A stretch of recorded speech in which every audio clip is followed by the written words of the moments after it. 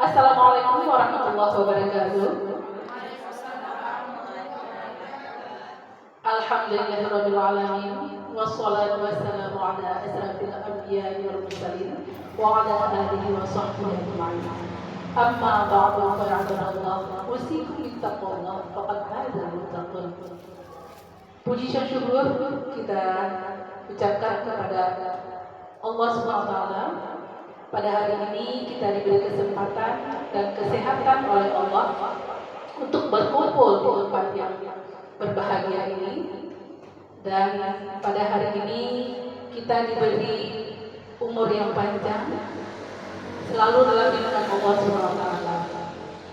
Salawat dan salam kita sanjungkan keharibaan junjungan alam Nabi besar Muhammad sallallahu alaihi wasallam. Yang saya hormati ibu-ibu peserta desiminasi, yang saya hormati ibu desiminator, bapak desiminator yang akan menyampaikan intinya penyebaran pemahaman tentang desiminasi budaya disiplin. Yang saya hormati Bapak Irwandi SPD, Bapak Noni, Ibu Noni Sri Wahyuni SPD. Nantinya ibu-ibu kedua desiminator kita ini akan menyampaikan pemaparan, yaitu tentang budaya positif. Pada hari ini kita doakan kedua teman kita ini lancar dalam menyampaikan desiminasinya. Mereka ini adalah CGP, calon guru penggerak. Kita doakan mereka ini nantinya mampu membuat suatu perubahan, menjadi pemimpin perubahan di sekolah kita.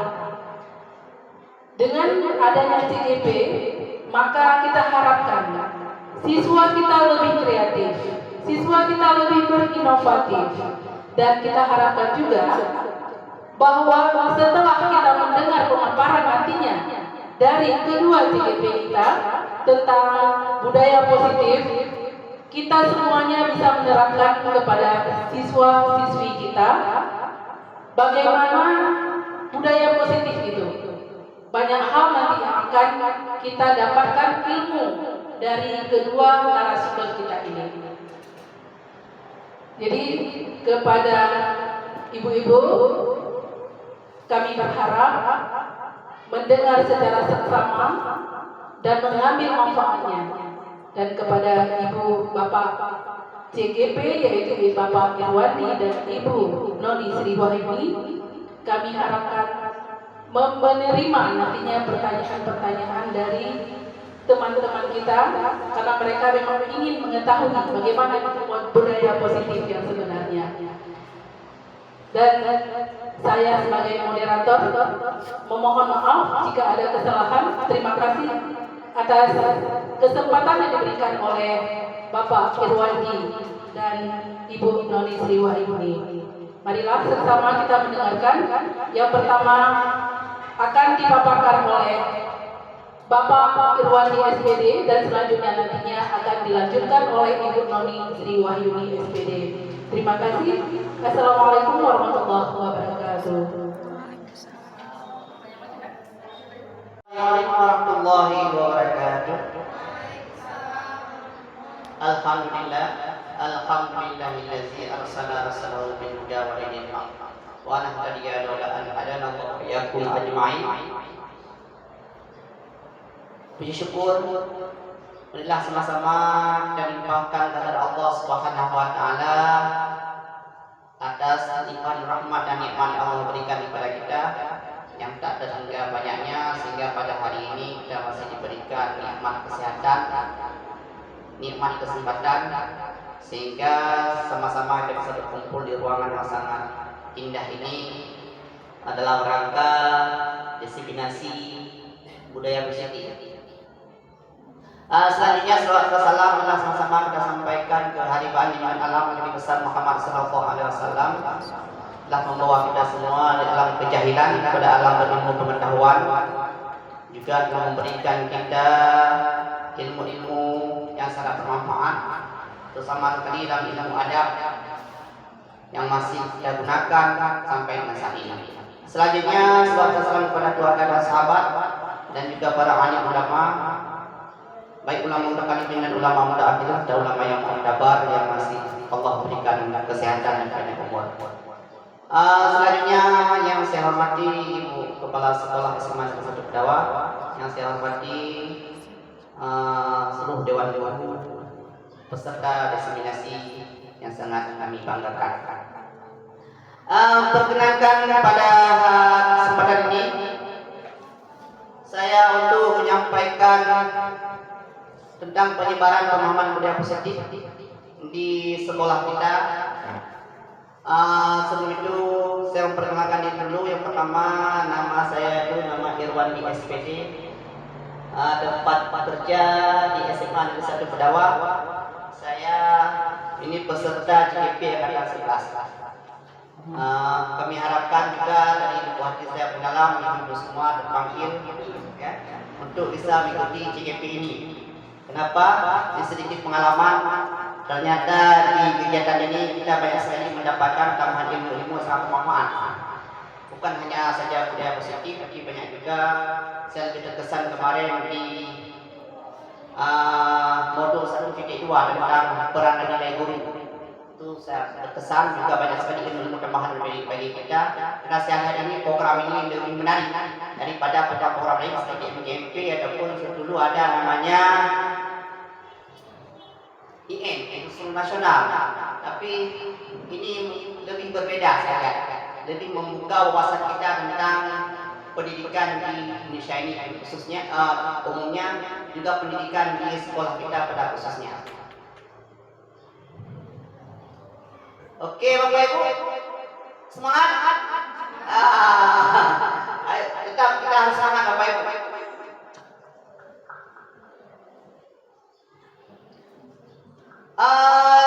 Bapak Ibu pernah mendengar tentang budaya positif? Apa nih hal yang terlintas di pikiran Bapak Ibu ketika mendengar budaya positif? Bu Ida pernah dengar budaya, tahu kan? Kita dulu pernah mendengar namanya budaya, ada budaya asing, ya kan? Budaya lokal. Kalau sepintas kita bayangkan namanya budaya. Kalau budaya asing ada yang positif, ada yang negatif. Begitu juga dengan budaya lokal, ada yang positif, ada yang negatif. Tapi budaya yang di program kita pada hari ini budaya positif, bukan seperti budaya seni yang digambarkan oleh guru-guru zaman dulu, tapi ini budaya kita sendiri yang akan kita terapkan pada siswa yang bisa berdampak positif. Ada gambaran di ini, gambaran dasar. Mana Bu Desi pernah dengar tentang budaya positif? Apa terlintas di pikiran Ibu?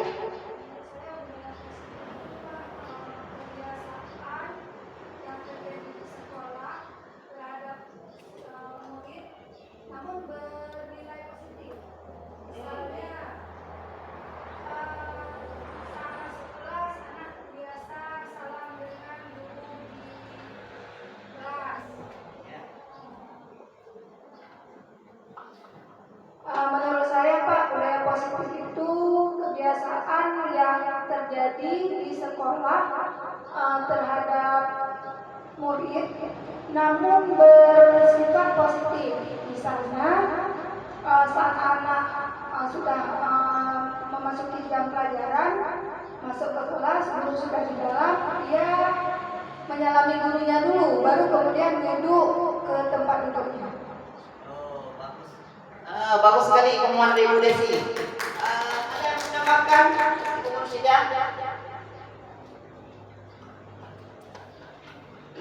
Menurut saya budaya positif itu adalah suatu perlakuan yang positif dan bagus bagi siswa-siswi. Bagus sekali. Karena tangan buat Bu Mursyida. Apresiasi yang mulia. Kita mendapatkan dua pemahaman daripada kawan-kawan kita. Ini budaya positif ini merupakan perwujudan dari nilai-nilai atau keyakinan universal yang diterapkan di sekolah. Ini gambaran secara umum. Ini merupakan apa nilai-nilai yakinkan kepada siswa nanti. Dan ini yang kita terapkan seperti tadi Ibu Jesi sampaikan, ya, memberi salam mulia di waktu masuk sekolah, ataupun seperti yang Bu Mursyida utarakan tadi, sesuatu hal yang bisa berdampak positif kepada si murid, itu merupakan juga bagian dari budaya positif. Ini bahkan kita sebagai pendidik, Bapak Ibu. Ya, pendidik ini kalau menurut Ki Hajar Dewantara, ya kan? Ini pemahaman dari Ki Hajar Dewantara, kita sebagai pendidik ini yaitu menuntun segala potret yang ada pada anak agar mereka dapat mencapai keselamatan dan kebahagiaan yang sejujurnya baik sebagai manusia maupun sebagai anggota masyarakat. Nah, tugas kita ini sebagai guru, kita ibaratkan sebagai petani. Nah, murid ini sebagai tanaman, sekolah ini sebagai tanah. Tanahnya bagus, kalau tanamannya kurang bagus yang kita tanam, bukan tanaman produktif, bukan tak akan tumbuh juga. Ya? Tanamannya bagus, tanahnya bagus, petaninya uring-uringan.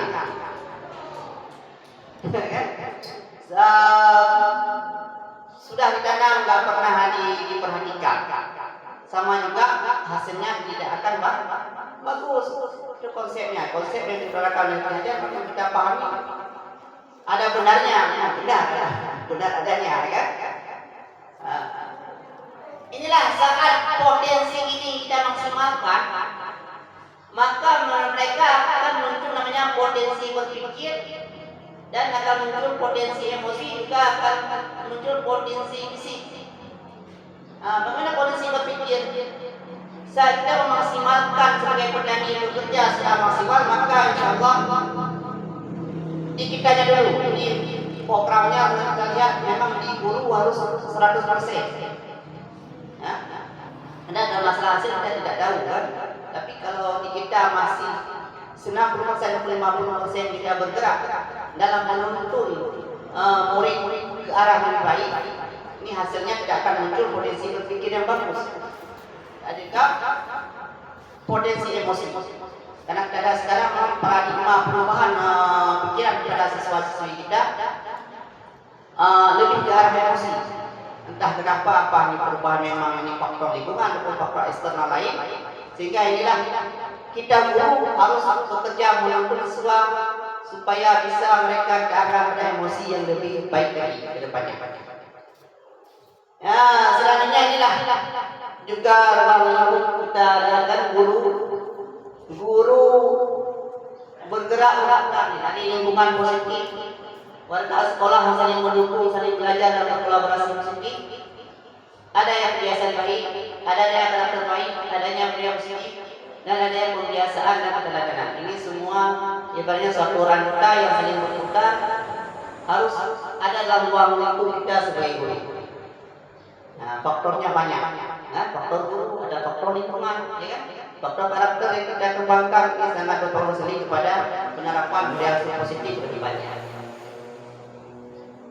Ini 7 konsep inti untuk menciptakan budaya positif. Yang pertama ada teori kontrol, yang kedua ada disiplin positif, kan? Yang ketiga ada motivasi perilaku manusia, yang keempat ada kebutuhan dasar manusia, yang kelima ada keyakinan kelas, yang keenam ada posisi kontrol, dan itu ada segitiga restitusi.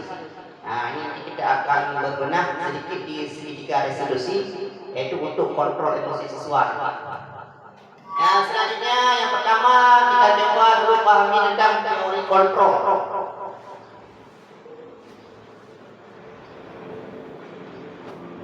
Nah, coba ikuti kegiatan ini, kan? Kita bersama-sama, coba Bapak Ibu kepalkan salah satu tangan Anda, ya kan? Bayangkan bahwa Anda menyimpan sesuatu yang sangat berharga dalam kepala tangan ini. Bayangkan sesuatu sangat berharga apa biasa itu? Apa semingin emas di tangan, semingin uang belanja dari suami di tangan? Ya kan, boleh sih. Apa semingin jajan yang tidak boleh makan oleh anak? Ya? Setelah itu buka sedekah Anda, mencoba rasa jerah, buka kepala tangan Anda. Ya. Teman Anda boleh menunjuk, menghardik, mengintimidasi, memarahi, menggoda, mengeliti, bahkan menawari Anda uang agar bersedia membuka kepala tangan Anda. Bersediakah? Habis cara. Habis cara buka. Inilah namanya perubahan paradigma kita saat kita memegang sesuatu yang sangat berharga, maka kita akan mempertahankannya sekuat tenaga. Itulah paradigma kita untuk berpikir, kita anggap murid inilah sesuatu yang sangat berharga bagi diri kita. Juga perubahan paradigma belajar ini pernah ditemukan oleh psikiater dan bidang pendidik Dr. William Lesser dalam teori kontrol. Guna berkembang namakan dengan choice theory dan beberapa miskonsepsi tentang makna kontrol. Ya, ini ada beberapa. Pertama, ada ilusi mengontrol murid, ya kan? Ada ilusi buah kritik dan membuat orang merasa bersalah, dapat menguatkan karakter. Nah, ini yang dua pembahasan yang dikembangkan oleh si Dr. William Lesser. Kita nanti akan merubah paradigma belajar kita dan apakah anak akan dihukum atau diberi hal lain untuk dia bisa berubah pada hal yang positif. Ini juga ada perubahan paradigma stimulus respon di teori kontrol. Ini pertama ada bacaan pertama stimulus respon, yang kedua ada teori kontrol pemilihan. Kalau stimulus pertama kita mencoba mengubah orang agar berpandang sama dengan kita. Apa dikarenakan? Kalau dikarenakan kita berusaha memahami pandangan orang lain tentang dunia. Mana yang bagus? Stimulus respon atau menggunakan teori kontrol, kan?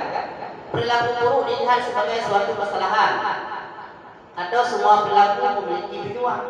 Inilah yang harus kita ubah paradigma. Orang lain bisa mengontrol kita.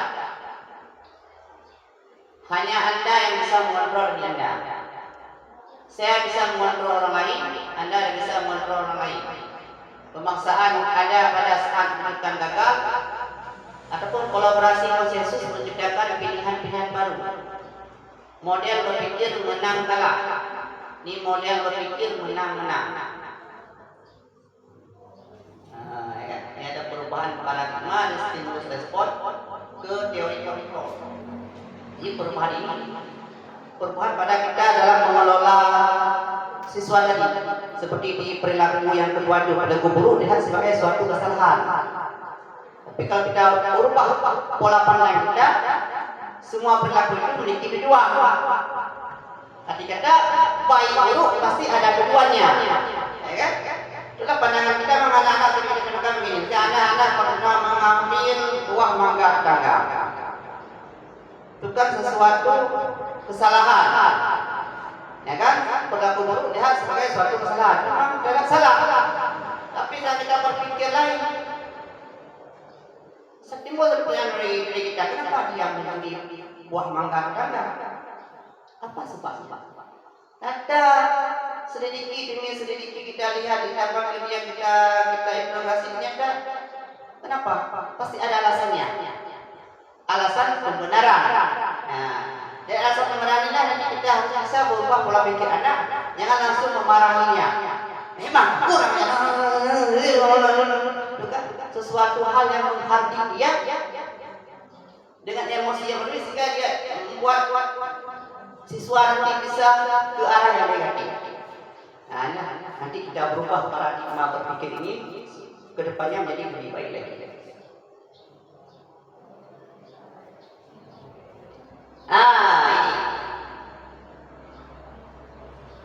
Bapak Ibu perhatikan, inilah namanya perbedaan stimulus respon dengan teori kontrol ini. Berbedanya pada sudut pandang saja.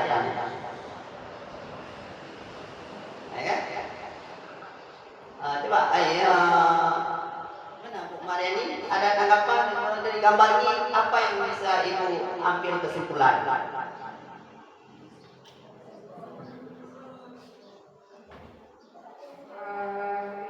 Itu gambarannya lagi bertengkar ya.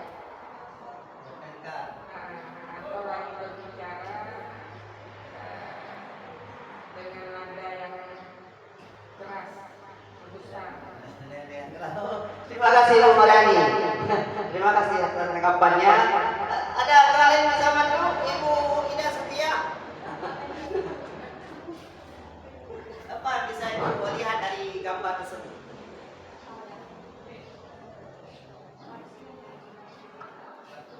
Oh iya, setiap di gambar itu ada orang yang membenarkan pendapatnya sendiri, itu Pak. Tapi tidak melihat sudut pandang orang lain. Ya Pak, seperti itu. Egois mungkin Pak ya. Egois, oke. Alah, Bu ini bisa ditambahkan. Ayo semangat, semangat, semangat. Inilah namanya. Oke, Bapak Ibu, ayo. Buka mata lebar-lebar, ya kan? Ini si A ini melihat angka 6 dari arah si B, dari lihat dia melihat angka 9. Siapa yang benar? Dua-dua benar, ya kan? Cuma jelas sudut pandang berbeda. Dan lihat juga ada yang lihat dari sini arahnya ada 4 kalau. Kita lihat dari sebelah kiri, ternyata balonnya ada 3. Inilah perbedaan dalam pemikiran antara stimulus respon dengan teori kontrol. Ternyata selama ini kita melihat sesuatu masalah itu dari sudut pandang yang berbeda. Makanya kita sekarang harus merubah pandangan kita. Jangan melihat hanya satu sisi. Ya kan? Baik ini nggak ada bapak, kalau ada bapak itu benar-benar seperti ibu-ibu. Kalau kita lihat ada sampai semua janji. Ya kan? Sampingnya semua itu langsing-langsing, ya kan? Itu kesini kalau bercermin ke samping, mungkin bercermin ke depan nampak lebar, kan pasti ke samping kan? Iya kan, ini. Itu jika kita melihat masalah anak-anak ini jangan melihat satu sisi. Kita harus melihat beberapa sisi. Apa sehingga kita menemukan satu inti pada masalah sehingga tidak menjadi masalah ke depannya. Yang kedua kita masuk pada disiplin positif. Nah, disiplin positif ini dulu kita belajar disiplin inilah belajar kontrol diri, bertanggung jawab, membangun motivasi intrinsik. Nah, motivasi intrinsik ya. Disiplin yang kita pahami sekarang adalah tata tertib, peraturan, hukuman dan tidak nyamanan.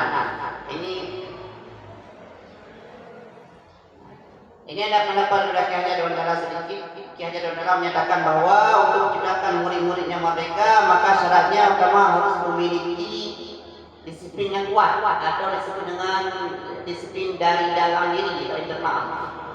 Disiplin yang dimaksudkan disiplin diri yang memiliki motivasi internal. Jika tidak memiliki motivasi internal, maka memerlukan hal lain untuk mendisiplinkan atau memotivasi eksternal yang berasal dari luar diri. Ya. Kalau sepintas kalian ini disiplin sebenarnya ada dua faktor. Yang pertama ada daripada diri si anak, yang kedua ada dari eksternalnya. Siapa? Bisa dari orang tua, juga bisa dari guru. Bisa anak-anak sedikit daripada jiwa disiplin ada daripada dirinya. Inilah perlu kita sebagai motivator dulu, ya kan? Untuk menyebabkan motivasi disiplin yang ada di diri si anak bisa berkembang. Ya, benar betul benar hati. Sama seperti teori iman, ya kan? Kalau teori iman kan ada iman Allah, mereka tidak ada semuanya iman. Nah, ini kita bayangkan sedikit gambarannya. Ada iman, ya, tidak ada semua Allah tentukan sama semua, dasarnya sama. Tapi berkembang atau tidaknya iman. Yang pertama ada berkembang di rububiyah, yang kedua ada berkembang daripada ilmu yang kita dalami, adapun daripada praktek hari-hari bukan daripada orang lain, bukan dukungan daripada orang tua, itu akan berkembang sendirinya. Sebenarnya itulah iman kita ada besar, ada kecil, tentu pada motivasi daripada eksternal tadi, tapi juga dengan disiplin sesuai. Ya, disiplin ini juga berarti tanggung jawab. Ya kan, yang terhadap apa yang dilakukan karena mereka mendapatkan mereka bernilai menjadikan universal. Nah, jadi tujuan dari disiplin positif bisa kita pahami bersama kan adalah menanamkan motivasi intrinsik pada murid kita, yaitu menjadi orang yang mereka inginkan dan mereka ingin diri sendiri dengan nilai yang mereka percaya. Oke, kita lanjut lagi. Nah, ini. Ini nilai-nilai kebaikan yang perlu kita tanamkan pada siswa untuk menciptakan disiplin ini. Nah, ini barangnya, ini makanannya disiplin. Oke, mendengar suara saya tepuk tangan 2 kali. Ada mobil lewat tadi ya. Oke, hati nama dulu masa komplit lewat ayo diam semua ya. Oke, Bapak Ibu, ayo yang mendengar suara saya tepuk tangan 3 kali. Ini Bapak Ibu. Nilai kebaikanlah sifat-sifat positif manusia yang merupakan tujuan mulia yang dicapai setiap individu. Ya kan?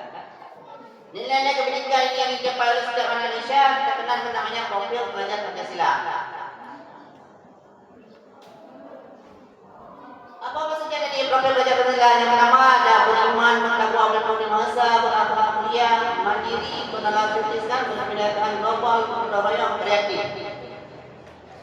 Sebenarnya kalau kita lihat daripada perspektif profil pelajar Pancasila yang kita sebutkan P5 tadi, dasar semua konsep ilmu, konsep disiplin daripada beriman, ya kan? Bertakwa. Inilah yang harus kita lebih tanamkan pada siswa konsepnya. Beriman, bertakwa. Tanpa beriman, bertakwa, semua kita masukkan sia-sia. Dan saya pernah melakukan analisis survei, ya kan? Kenapa dada sekarang jujur saja di hati kita punya anak semuanya kan? Bukan kita menyalahkan program pemerintah, bukan. Ini analisa saja sebagai perbandingan kita. Anak-anak yang kita sekolahkan di sekolah umum dengan di sekolah madrasah, pola pikir si anak kan beda. Kedisiplinan yang disimpulkan oleh si anak juga beda. Kenapa? Ternyata di sekolah madrasah yang kita dalami ada di sana yang lebih utamakan iman dan ibadatnya, takwanya yang dikembangkan dulu. Nah, iman dan ibadatnya sudah tumbuh, maka kedisiplinan pada diri si anak itu akan tumbuh dengan sendirinya.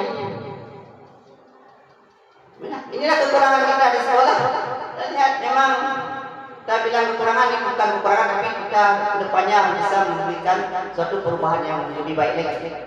Kita tingkatkan imannya, insya Allah hal lain akan ikut. Nah, ini konsep dasar mungkin iman. Memang kita lihat memang mereka di madrasah lebih berhasil di konsep kepribadian. Mungkin ada juga kepribadian di konsep pengetahuan. Ya. Yang kedua ada mandiri dan menalar kritis ini, dan juga berkebijakan global ini bergotong royong kreatif. Ini semua fundament untuk bisa menciptakan nilai pendidikan yang ada pada diri si anak ke depannya. Oke, kita lanjutkan. Ya, motivasi perilaku manusia.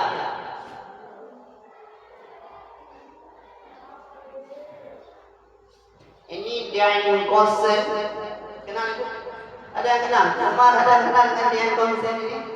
Kita tangkai bukunya. Ya, dia dalam bukunya Restoring School.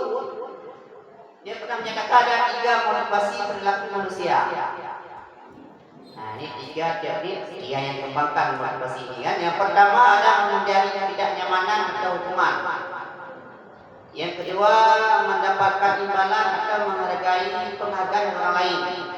Yang ketiga ini menjadi orang yang mereka inginkan dan menghargai diri sendiri dengan nilai yang mereka percaya. Nah, teori yang konsep ini tentang motivasi perilaku manusia. Ya kan? Ada orang termotivasi karena takut hukuman, kan? Ada yang termotivasi juga karena kita berikan imbalan ataupun suatu reward. Ada juga mereka termotivasi dengan keinginan mereka sendiri. Memang ada, saya harus begini. Nah, itu langka sekali mereka dapatkan. Mereka harus begini. Itu harus ada memang konsumsi dari dasar. Mungkin daripada lingkungan keluarga ataupun pengaruh faktor pada orang tua itu baru timbul mungkin motivasi dari diri sendiri mereka. Nah, seperti kita lihat yang pernah Bu Nani pernah ke Jepang, ke Korea, pernah lihat Bu Eva pernah ke Korea ya? Ini sama kan? Di drama doang. Kita lihat ini sedikit gambarannya. Orang Jepang terkenal manusia terdisiplin orang Jepang.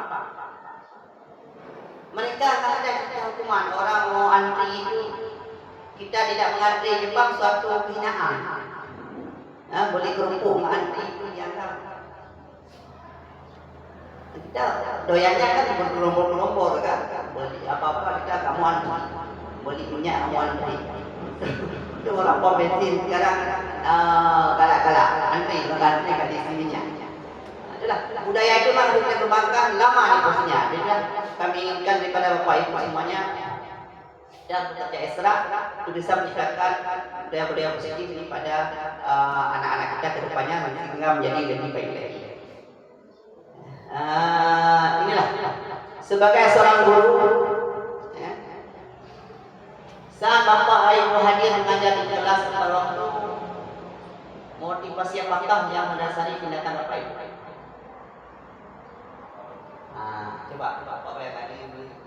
Datang pagi dari rumah, ya kan? Kadang ada jam 7:30, ada 7:15. Apa motivasi yang mendasari tindakan Bapak Ibu? Yang pertama, apakah tidak ingin ditegur oleh atasan? Kedua, ingin mendapatkan bagian, yang ketiga mendapatkan penghargaan sebagai prestasi, keempat membagi waktu bagi diri sendiri. Dari beberapa motivasi ini manakah yang bisa terlibat tadi tindakan Bapak Ibu atau bahkan mengenasiri ruang motivasi atau bahkan kebalikannya? Kira-kira coba Bu Muna datang ke Jepang ke sini kira-kira kenapa? Apa motivasi ini? Jujur aja, apa-apa Bapak datang. Jujur nih Pak Eka ya. Sejauh ini sih masih motivasinya itu dari diri sendiri Pak. Bukan karena ekstrim Pak.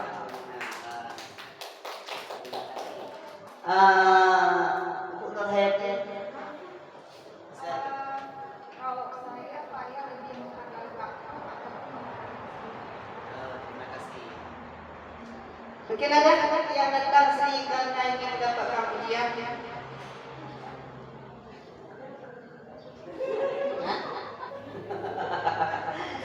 Ingin dilihat oleh beberapa oke, kelihatan mudah, nanti bangun. Sebenarnya inilah Bapak Ibu semuanya motivasi kita, ya kan? Menumbuhkan motivasi dari kita sebagai guru harus punya satu motivasi yang mendasari kita untuk menumbuhkan disiplin positif tadi. Apa motivasi kita? Kalau kita lihat, ya kan? Ingin mendapatkan pujian lama, sebentar aja. Capek orang puji kan? Efeknya bagus tapi tidak bertahan lama. Ingin mendapatkan penghargaan dari organisasi itu lama bosan sekali itu. Kan? Inilah. Kita harus jadi menghargai waktu. Ya, itu menghargai diri sendiri juga bisa teladan bagi murid-murid kita. Anak-anak dapat tahu kita juga. Dapat tahu mereka kita. Ya kan? Kita. Oke Bapak Ibu. Ya menurut Bapak Ibu dari ketika jenis motivasi tadi, motivasi manakah yang saat ini paling banyak mendasari perilaku murid-murid kita di sekolah? Jadi kalau dari kita ibu-ibu semuanya menjawab motivasi diri, karena ada kesadaran pada diri menghargai waktu, ya kan? Ini dari anak-anak menurut pandangan Bapak Ibu. Mana menurut Bu Noni selama ini mengajar di SMA Kedawa? Apa motivasi anak-anak yang bisa ibu tangkap? Baik Pak, kalau menurut saya motivasi anak yang ada di sekolah ini adalah mungkin melihat gurunya datang cepat ke sekolah, mereka itu akan ikut Pak, ikut datang cepat juga ke sekolah. gurunya masuk kelas tepat waktu, maka motivasi anak-anak pun akan ikut masuk kelas tepat waktu untuk menunggu gurunya mengajar. Sekian Pak. Terima kasih kepada Bu Doni. Ada yang menambahkan di kawan lain? Bu Ida?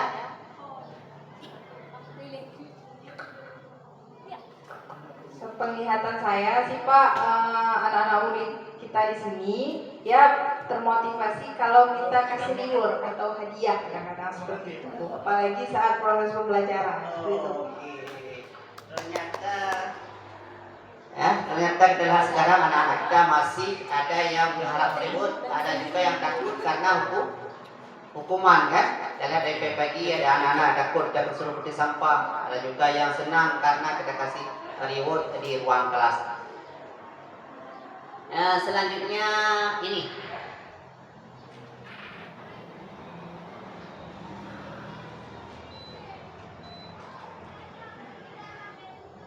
Dulu kita dengar namanya hukuman. Sekarang kita bisa berputar kepada konsekuensi. Ini kita berikan gambaran sedikit tentang pembedaan hukuman dan konsekuensi untuk kita jelaskan nanti. Mencatat 100 kali di dalam buku kalimat, saya tidak akan terlambat lagi karena terlambat ke sekolah. Ini disebut konsekuensi, ya kan? Lari mengelilingi lapangan 2 kali karena terlambat hadir di sekolah. Hukuman. Membersihkan coretan yang dibuat di meja. Konsekuensi. Murid diminta untuk push up malas sekali karena tidak menggunakan masker ke sekolah.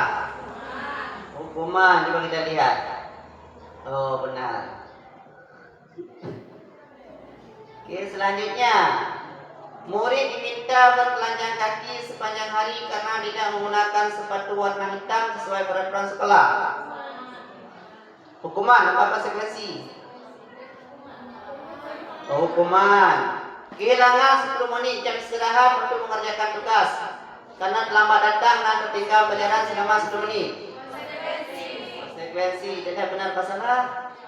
Oke, apa tadi?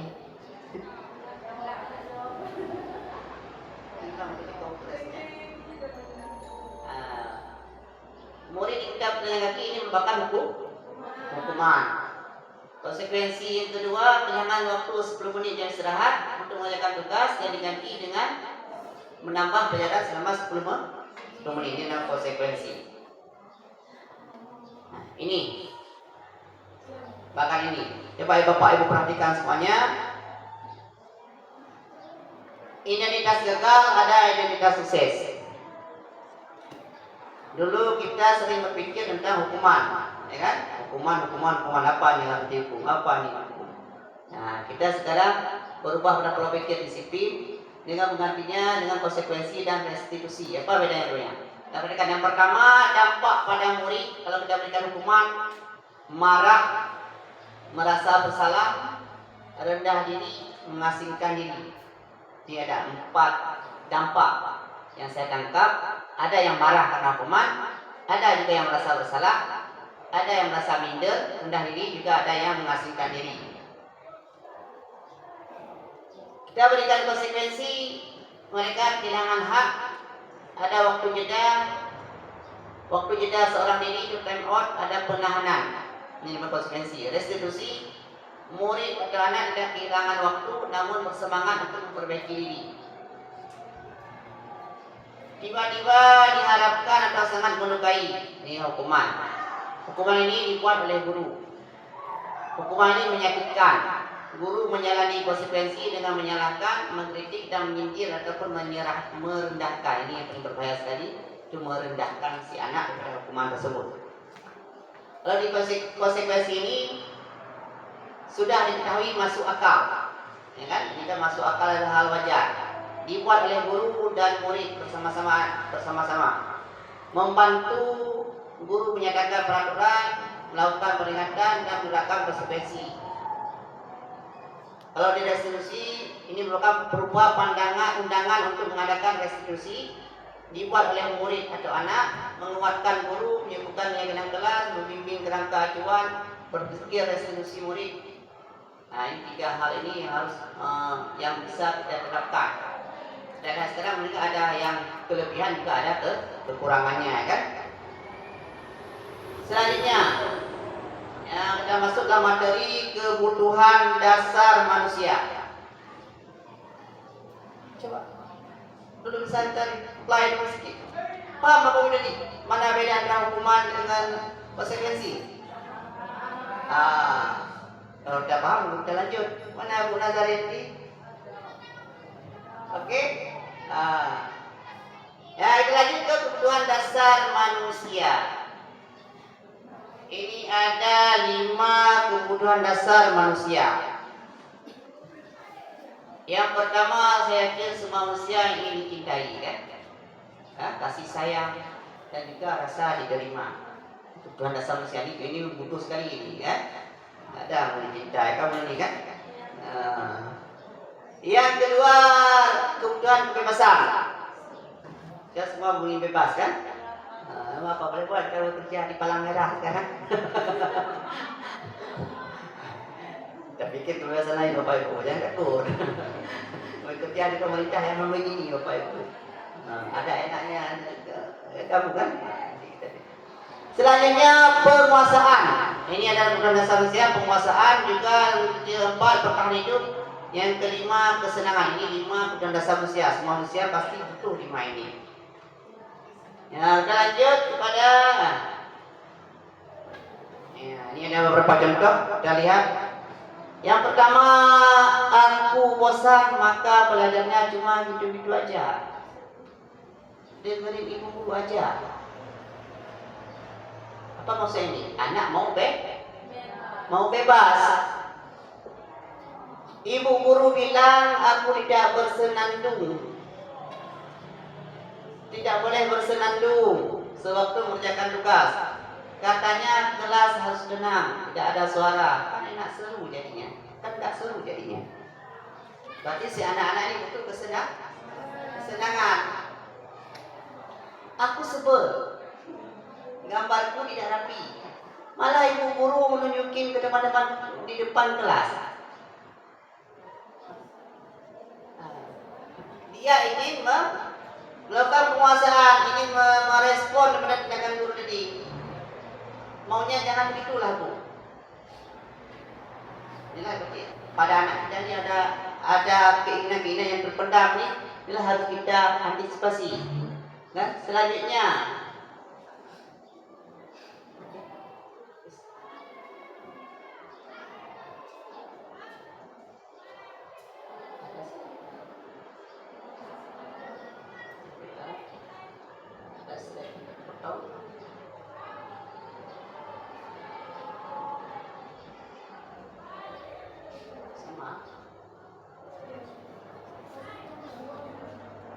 oke, paham ya bukan?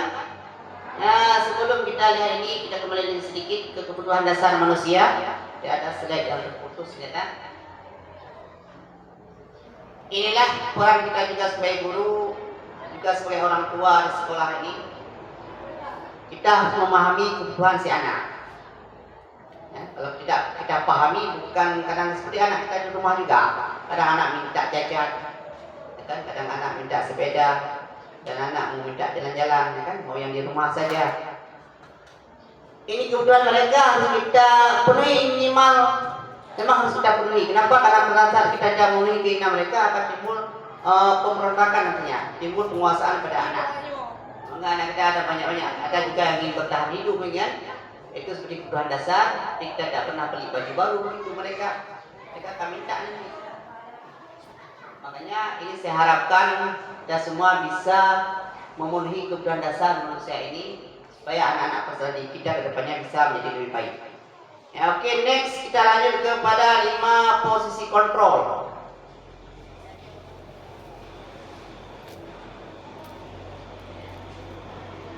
Ya, 5 posisi kontrol untuk restitusi. Program restitusi yang berpusat pada murid yang dikembangkan oleh Nyain Konsen dengan pendekatan restitusi yang disebut dengan 5 posisi kontrol ini Inilah posisi yang kita tempatkan sebagai guru. Ada posisi kita sebagai teman, ada skalanya kita berposisi sebagai pembuat rasa bersalah, sebagai penghukum, pemantau ataupun sebagai manajer. Ini 5 posisi kontrol yang akan kita terapkan di lingkungan sekolah. Yang pertama, posisi penghukum. Posisi penghukum ini menggunakan hukuman fisik atau verbal yang dapat menyakiti murid baik fisik maupun mentalnya. Nah, hasil yang akan didapatkan ini merupakan hasil negatif. Kenapa? Karena membuat murid lebih agresif dan menendam. Guru yang menjalankan posisi menghukum maka berkata dengan nada tinggi, "Patuhi aturan saya, awas nanti ya. Kamu selalu saja salah." Ini posisi sebagai penghukum. Yang kedua, pembuat merasa bersalah. Ya, posisi ini biasanya guru akan bersuara lebih lembut dan memelas hati, menggunakan keheningan yang membuat murid menjadi tidak nyaman dan merasa bersalah atau rendah hati. Ya, hasilnya tetap negatif karena murid lebih memendam perasaan dan berefek jangka panjang.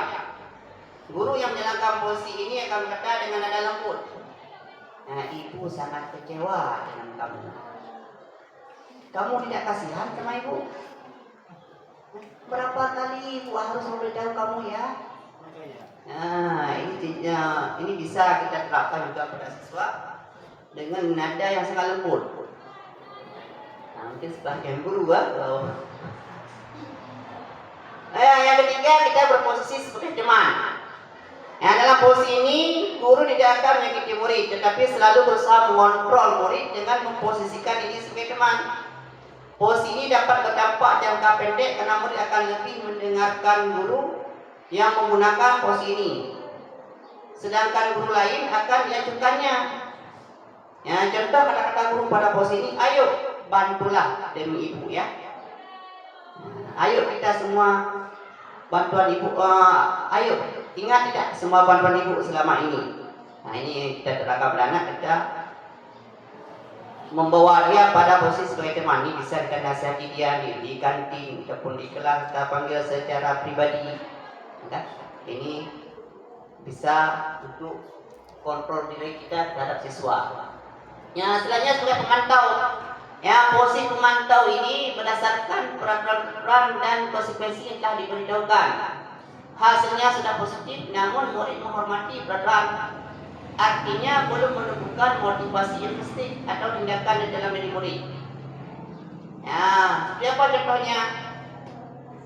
Apa peraturannya? Mampukah kamu melakukannya? Atau apa yang kamu langgar? Nah, kalau pemantau ini kita bekerja mudah.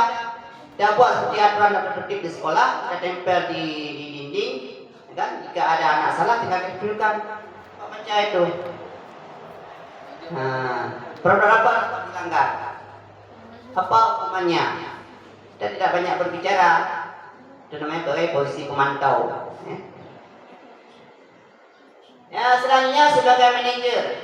Ya, manajer ini posisi manajer, maka posisi guru berbuat bersama murid, artinya murid dilibatkan dalam penyelesaian masalah. Ya, posisi manajer ini lebih kepada arah diskusi, interogasi. Ya, di sini guru menyalakan posisi ini akan berkata dengan nada bijak. Ya, apa yang kita yakini? Ya, keyakinan kelas apa yang kamu yakini? Jika kamu meyakininya, apakah kamu bersedia memperbaiki-nya? Nah, di sini kita mencari diskusi dengan anak ataupun berkolaborasi untuk tindakan dia mengarah dia pada arah yang lebih baik. Ini namanya posisi manajer, seperti posisi kepala sekolah. Kepala sekolah itu sebagai manajer, dia mengarahkan semua guru-guru untuk bergerak. Jadi juga kita sebagai guru kita bisa mengajarkan diri terhadap siswa. Nah, inilah yang bisa kita kembangkan 5 posisi kontrol ini. Menurut Bapak Ibu, mana yang lebih efektif yang bisa kita terapkan pada siswa? Nah, siapa bisa memberi tanggapan untuk kita masuk pada materi selanjutnya?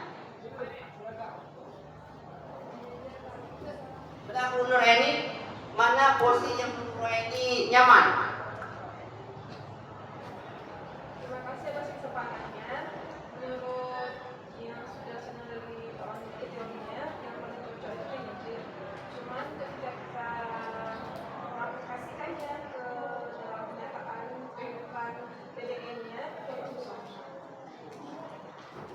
Pak. Terima kasih dan masukannya. Nah, Desi bisa tambahkan sedikit mana posisi yang menurut Desi lebih arif bijaksana kita terapkan?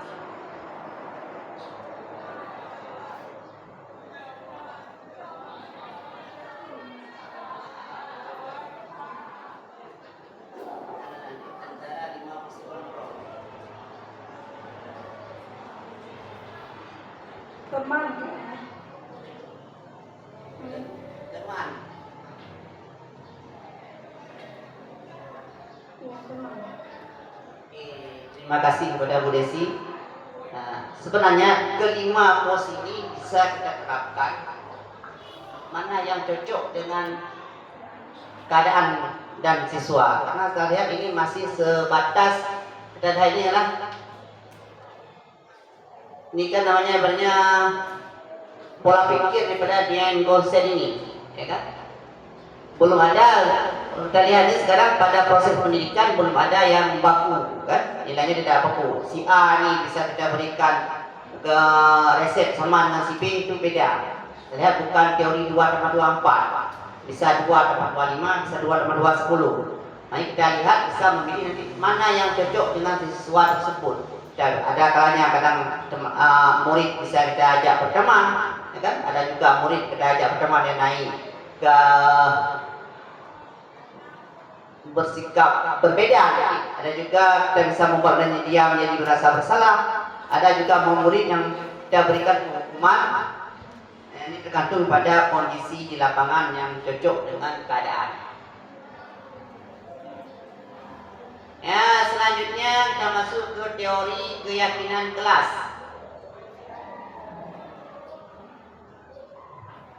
Nah, mengapa kita memiliki peraturan tentang penggunaan helm pada saat mengendarai kendaraan roda 2 atau motor? Ini pasti jawaban Bapak Ibu semuanya untuk keselamatan, ya kan? Kita pakai helm di jalan pasti untuk selamat. Saat jatuh dari kereta, kepala tidak terbentur. Mengapa kita memiliki peraturan tentang penggunaan masker dan mencuci tangan di setiap saat? Nah, ini waktu COVID dulu ingat, kenapa kita wajib pakai masker? Untuk kesehatan, pasti jawabannya untuk kesehatan dan keselamatan. Inilah nilai-nilai keselamatan dan nilai kesehatan inilah yang disebut sebagai suatu keyakinan, yaitu nilai-nilai kebajikan universal yang disepakati secara tersirat dan tersurat lepas dari latar belakang suku, negara, bahasa maupun agama. Keyakinan yang kita temukan pada siswa ini adalah nilai-nilai keselamatan dan kesehatan bagi dia. Ini yang kita kembangkan nantinya. Nah, keyakinan kelas ini bersifat abstrak daripada peraturan yang lebih rinci dan konkret. Yang ini kita contohkan. Kalau peraturan, kembalikan barang ke tempatnya, berarti keyakinannya adalah bertanggung jawab. Dilarang mengganggu orang lain. Nah, berarti ini saling menghormati. Dilarang merokok untuk kesehatan. Nah, keyakinan kita buat. Hadir di sekolah sebelum pelajaran dimulai.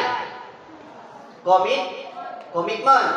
Nah, inilah peraturannya dan keyakinan yang perlu kita temukan di siswa dan keyakinannya dia, supaya dia nanti peraturannya pun akan melekat seiring keyakinan yang dia yakini. Yang selanjutnya kita masuk dalam materi segitiga restitusi.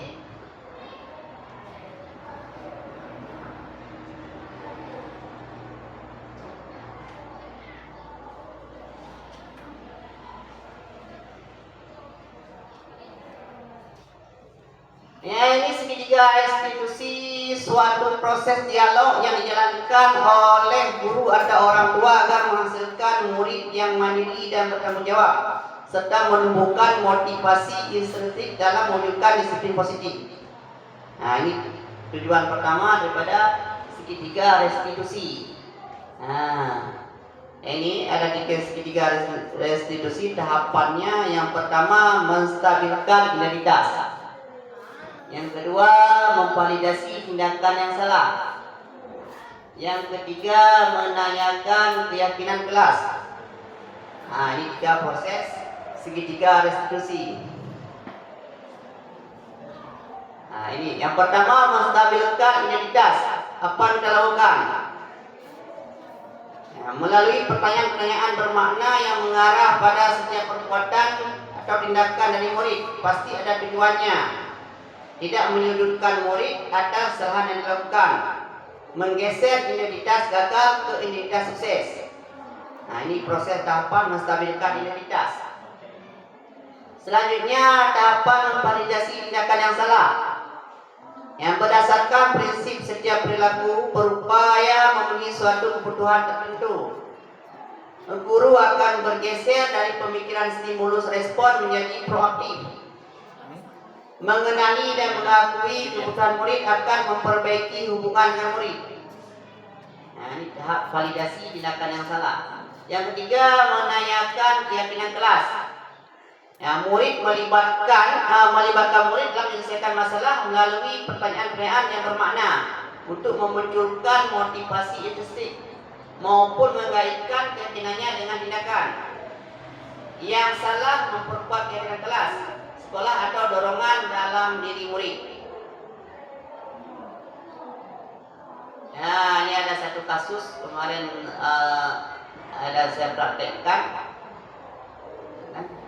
Nah, ini dalam A'la tidak terima diejek bodoh oleh temannya, sehingga ia tidak dapat menahan emosinya dan marah-marah serta memukul meja yang membuat seseorang kelas menjadi riuh. Nah, ini kita interogasi, ada videonya.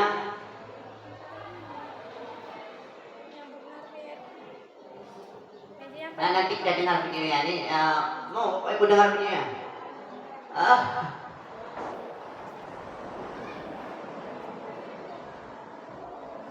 Oke, sebentar ya.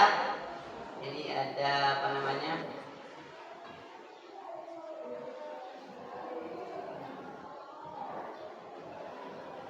Ini proses tentang segitiga restitusi.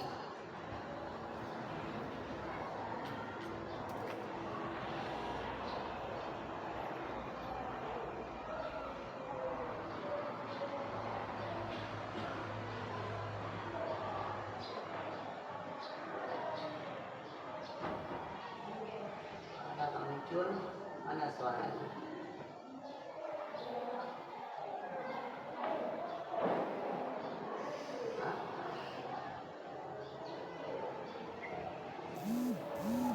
Bapak Ibu, suaranya belum muncul.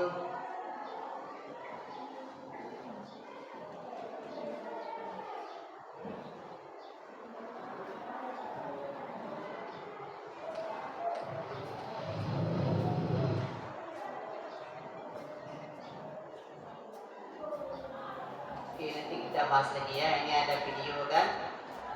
Kita lanjut dulu sedikit lagi penyerahannya tentang dengan kelas.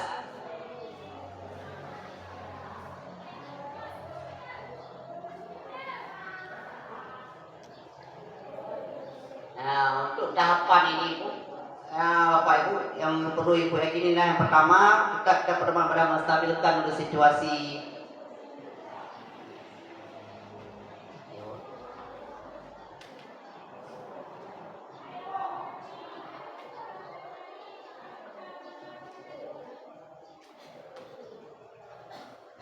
Kok bisa tadi kan?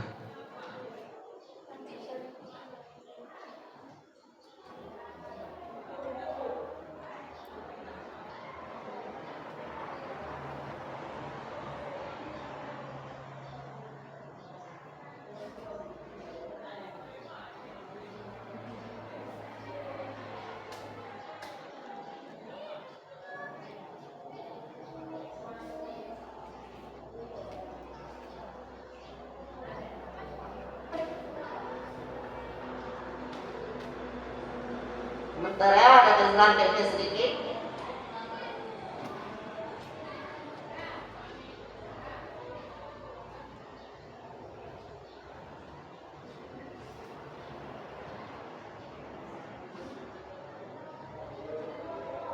Buka di YouTube. Lama enggak ini?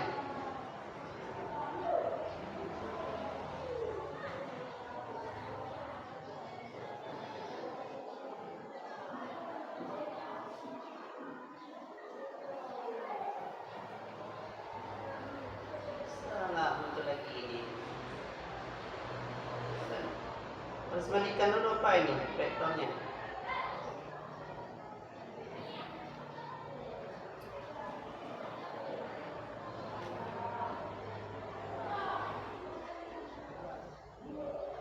Oke, tersambung.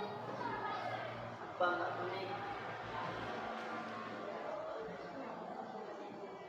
Sedikit lagi.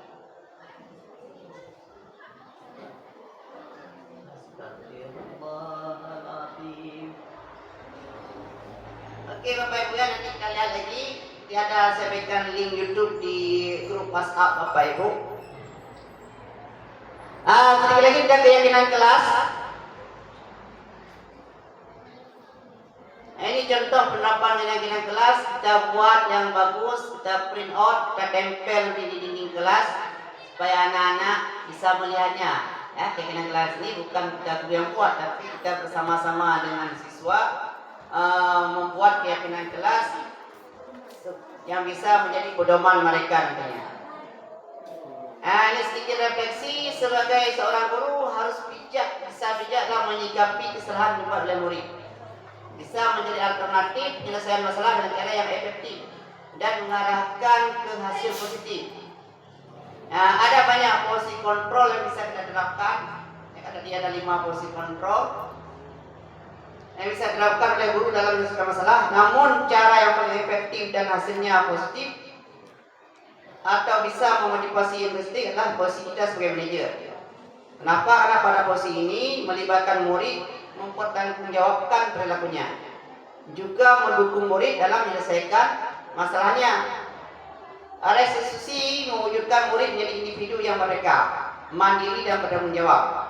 Kebiasaan-kebiasaan positif dari tindakan-tindakan positif yang akan mewujudkan disiplin positif, yang akhirnya mewujudkan juga budaya positif.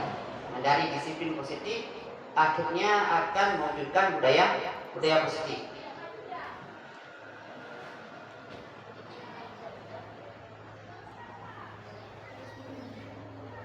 Ya, selanjutnya umpan balik, ya kan, mohon kesediaan daripada Bapak Ibu untuk mengisi umpan balik kegiatan di Google Form. Linknya ini dicatat. Oke, nanti juga saya berikan di grup ya, di grup WhatsApp kita bersama. Nanti mohon responnya ataupun umpan balik pada Bapak Ibu tentang acara destinasi kita pada hari ini.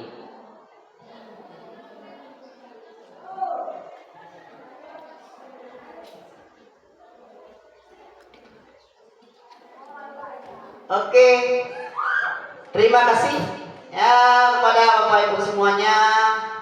Ya kan, dengan berakhirnya kegiatan ini berakhir pula kegiatan diseminasi kita pada hari ini. Ya kan, terima kasih banyak kepada Bapak Ibu telah bersedia hadir dan mendengarkan kegiatan kita pada hari ini. Sedikit saya mungkin ada kesalahan dan kesilapan dalam penyampaian yang menyakiti hati Bapak Ibu semuanya. Saya pindahkan beribu-ribu maaf. Dan saya akhiri dengan hadunallah wa yakum ajma'in. Assalamualaikum warahmatullahi wabarakatuh. Oke, guru hebat semuanya. Terima kasih. Assalamualaikum warahmatullahi wabarakatuh. Terima kasih kepada ibu-ibu yang telah mendengar pemaparan dari teman kita, yaitu Bapak Irwandi SPD dan Ibu Noni Sriwahini SPD. Semoga apa yang mereka paparkan bisa bermanfaat bagi kita semua dan kita bisa melaksanakan atau menerapkan, implementasikan kepada siswa-siswi kita semua. Semoga kita semua membudayakan budaya positif dan mempositifkan budaya positif ya Pak ya. Oke, terima kasih Bapak, terima kasih Ibu. Mari kita tutup dengan doa Al-Fatihah. Terima kasih kepada Ibu Noni Siwa ini dan kepada Bapak Burwandi, juga terima kasih kepada ibu-ibu sekalian. Saya tutup acara diseminasi ini dengan Assalamualaikum warahmatullahi wabarakatuh.